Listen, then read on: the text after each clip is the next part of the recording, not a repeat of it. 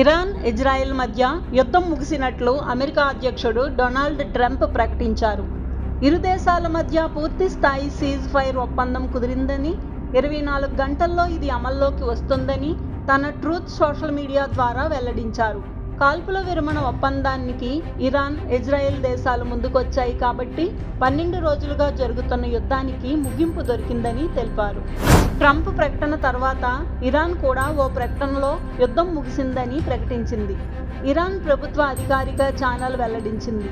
ఈ సందర్భంగా ఖతార్లోని అమెరికా వైమానిక స్థావరంపై తాము చేసిన దాడి విజయవంతమైందని పేర్కొంది. ఈ దాడి తర్వాత అమెరికా అధ్యక్షుడు డొనాల్డ్ ట్రంప్ దిగొచ్చారని, కాల్పుల విరమణ కోసం ప్రాధేయపడ్డారని వివరించారు. ఇరాన్తో అణుముప్పు తొలగిపోయిందని ఇజ్రాయిల్ ప్రధాని బెంజమిన్ నెతన్యాహు పేర్కొన్నారు. దీనికి తమకు సహకరించిన ట్రంప్కు నెతన్యాహు కృతజ్ఞతలు తెలిపారు. డొనాల్డ్ ట్రంప్ సూచనల మేరకు కాల్పుల విరమణకు అంగీకరిస్తున్నట్లు ప్రకటించారు. ఇరాన్తో ఈ మేరకు ఒప్పందం కుదుర్చుకుంటామని వెల్లడించారు. ఇరాన్కు ట్రంప్ థ్యాంక్స్ చెప్పారు. ఖతార్లోని అమెరికా అతిపెద్ద వైమానిక స్థావరంపై ఇరాన్ క్షిపణులతో విరుచుకుపడిన ఘటన గుర్తు చేస్తూ అల్ ఉదయిద్పై దాడులకు సంబంధించి ఇరాన్ ముందస్తు సమాచారం ఇచ్చిందని చెప్పారు. ఈ సమాచారం వల్లే ఖతార్లో ప్రాణ నష్టాన్ని నివారించగలిగామని పేర్కొన్నారు. చెప్పినట్లుగానే అమెరికాపై ఇరాన్ ప్రతీకార దాడులకు దిగింది. ఖతార్తో పాటు పలు దేశాల్లోని అమెరికా ఎయిర్ బేస్లపై బాంబుల వర్షం కురిపించింది. ఖతార్లోని ఆల్ ఉదయిద్ ఎయిర్ బేస్పై 6 మిసైళ్లు ప్రయోగించింది. సీఎం రేవంత్ రెడ్డి ఫ్యాక్షన్ రాజకీయాలకు తెరలేపారని మాజీ మంత్రి జగదీష్ రెడ్డి ఆరోపించారు. ప్రశ్నిస్తే దాడులు చేసి అక్రమ కేసులు పెట్టి అరాచకపు పాలన చేస్తున్నారని ఆగ్రహం వ్యక్తం చేశారు. తన తల్లి అస్వస్థతకు గురయ్యారన్న సమాచారంతో కేబినెట్ మీటింగ్ నుంచి డిప్యూటీ సీఎం పవన్ కళ్యాణ్ హైదరాబాద్కు బయలుదేరి వెళ్లారు. మంత్రివర్గ సమావేశంలో గంటకు పైగా ఉన్న పవన్ వార్త అందగానే నేరుగా గన్నవరం ఎయిర్పోర్టుకు వెళ్లారు. అక్కడి నుంచి హైదరాబాద్కు చేరుకున్నారు. తెలుగు రాష్ట్రాల్లో తీవ్ర సంచలనం సృష్టించిన ప్రైవేట్ సర్వేయర్ తేజస్వర్ మర్డర్ కేసులో ప్రధాన నిందితుడు బ్యాంకు ఉద్యోగి తిరుమలరావు కోసం వేట కొనసాగుతోంది. తేజస్వర్ బైక్లో జీపీఎస్ ట్రాకర్ అమర్చి లొకేషన్ను సుపారీ గ్యాంగ్కు ఐశ్వర్య అందించినట్లు పోలీసులు వెల్లడించారు. 5 సార్లు హత్యా ప్రయత్నం నుంచి తప్పించుకున్న 6వసారి తేజస్వర్ బలయ్యాడు.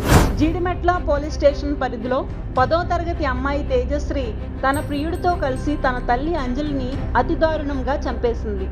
తమ ప్రేమకు అడ్డొస్తోందనే కారణంతో ఇంట్లోనే తన ప్రియుడితో కలిసి హతమార్చింది. ఇటు మృతురాలు అంజలి చాకలి ఐలమ్మ మునిమనవరాలు కావడం గమనార్హం. హైదరాబాద్ కూకట్పల్లిలో అరుదైన కేసు నమోదైంది.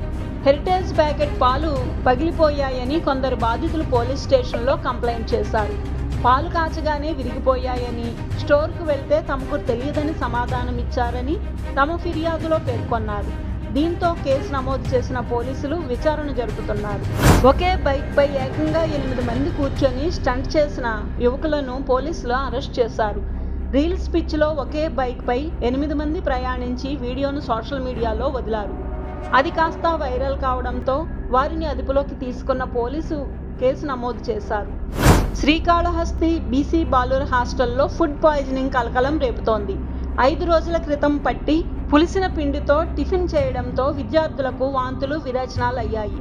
దీంతో హుటాహుటిన ఆసుపత్రికి తరలించగా 2 విద్యార్థుల పరిస్థితి విషమంగా ఉన్నట్లు తెలుస్తోంది.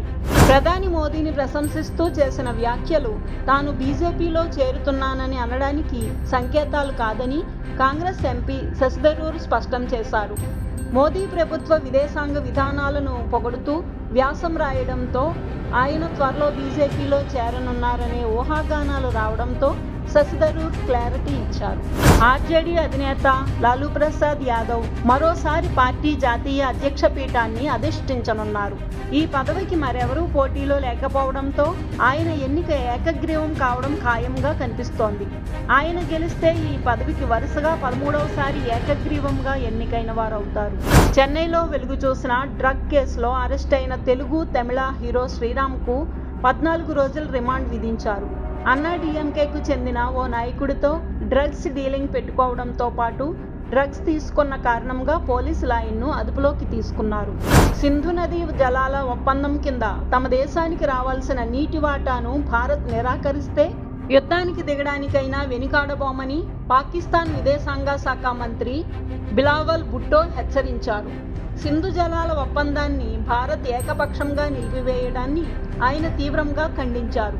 ఈ చర్య చట్టవిరుద్ధమని, దీనిపై ప్రతీకారం తప్పదని హెచ్చరించారు. పలుమార్లు వాయిదా పడుతూ వస్తున్న యాక్సియం 4 మిషన్ ప్రయోగం జూన్ 25వ తేదీన ప్రయోగించనున్నట్లు ఇస్రో ప్రకటించింది.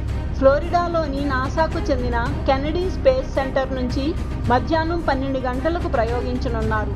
ఈ ప్రయోగంతో భారత వ్యోమగామి శుభాంశు శుక్లా అంతరిక్షంలోకి వెళ్లనున్నారు. ఇంగ్లాండ్తో జరుపుతున్న లీడ్స్ టెస్ట్తో భారత్ క్రికెట్ జట్టు చరిత్ర సృష్టించింది. 93 ఏళ్ల టెస్ట్ క్రికెట్ ప్రస్థానంలో ఒకే టెస్ట్ మ్యాచ్లో ఏకంగా 5 సెంచరీలు నమోదు చేయడం ఇదే తొలిసారి. యశస్వి జైస్వాల్, శుభమన్ గిల్, కేఎల్ రాహుల్, రిషబ్ పంత్ 2 సార్లు సెంచరీలు చేశారు.